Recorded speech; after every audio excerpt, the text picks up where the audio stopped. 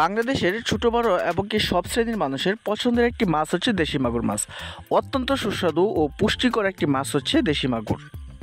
রোগীর পথ্য হিসাবেও এই মাছ ব্যবহার করা হয়। তবে আসুন জেনে নেওয়া যাক দেশি মাগুর মাছ চাষ পদ্ধতি এবং কোথা থেকে অরিজিনাল দেশি মাগুর মাছের পোনা সংগ্রহ করবেন, অরিজিনাল দেশি মাগুর মাছের পোনা কীভাবে চিনবেন, এ টু জেড বিস্তারিত আলোচনা করার চেষ্টা করব।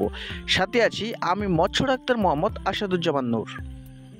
দেশি মাগুর মাছের একটি গুরুত্বপূর্ণ বৈশিষ্ট্য হচ্ছে দেশি মাগুর মাছের অতিরিক্ত শ্বাসনালী থাকার কারণে পানি ছাড়াও এই মাছ সরাসরি বাতাস থেকে অক্সিজেন গ্রহণ করে বেঁচে থাকতে পারে।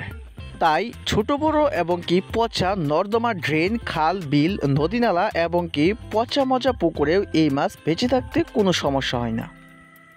পুকুরের পানি কমে গেলে বা একদম শুকিয়ে গেলেও ছোট ছোট গর্ত করে এই মাছ দিব্যি বেঁচে থাকতে পারে এবং কি মাছ সংরক্ষণ বা আহরণ করার পর দীর্ঘক্ষণ এই মাছ বেঁচে থাকতে পারে বলে বাজারে এই মাছ জীবিত অবস্থায় বাজারজাত করা যায়, যার কারণে অন্যান্য মাছের তুলনায় মোটামুটিভাবে এই মাছের বাজারজাত বা বাজার মূল্য বেশি পাওয়া যায়।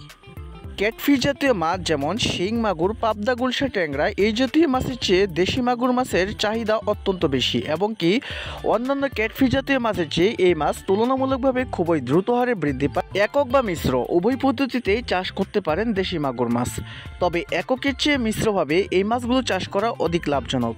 প্রতি শতাংশে 700 থেকে 800 পিস হারে মাছের পোনা কালচারের জন্য মজুত করতে পারেন।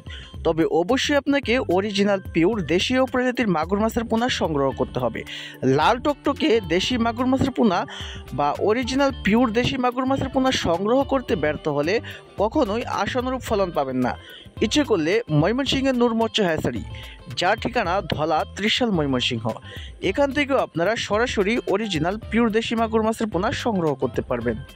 এই ভিডিও ডেসক্রিপশন বক্সে নূর মৎস্য হ্যাচারির ঠিকানা দেওয়া আছে, সেই ঠিকানা অনুযায়ী সরাসরি হ্যাচারিতে যোগাযোগ করতে পারেন অথবা ভিডিও স্ক্রিনে দেওয়া নাম্বারে কল করেও বাংলাদেশের যে কোনো প্রান্ত থেকেই অক্সিজেন প্যাকেট করে এই মাছের পোনাগুলো হোম ডেলিভারির মাধ্যমে আপনারা চাষের জন্য সংগ্রহ করতে পারেন একদম সীমিত দামে। দেশি মাগুর মাছ তুলনামূলকভাবে সব ধরনের খাবারে অভ্যস্ত, তবে 30 থেকে 35% প্রোটিন সম্পন্ন বাসমান বা ডুবন্ত ফিড জাতীয় খাবার খাওয়ালে মাত্র 4 থেকে 5 মাসেই এই মাছগুলো আপনারা বাজারজাত করতে পারবেন। অন্যান্য ক্যাটফিশ জাতীয় মাছের মতো তেমন রোগবালাই দেশি মাগুর মাছে দেখতে পাওয়া যায় না, তবে আপনাদের মাছগুলাকে পুকুরে ভালো রাখার জন্য বা সুস্থ সবল রাখার জন্য প্রতি অন্ততপক্ষে 1 মাস পর পর চুন, লবণ এবং কি পটাশিয়াম পারম্যাঙ্গানেট পরিমাণ মতো প্রয়োগ করতে হবে।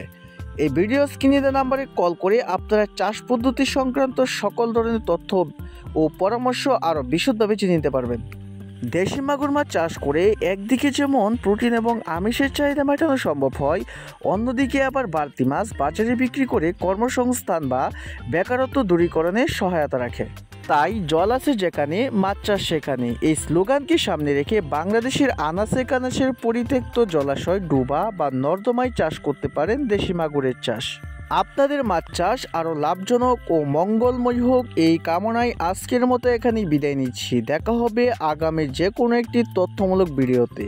সে পর্যন্ত আপনারা সকলেই ভালো থাকুন, সুস্থ থাকুন, সর্বোপরি মাছ চাষের সাথেই থাকুন। খোদা হাফেজ।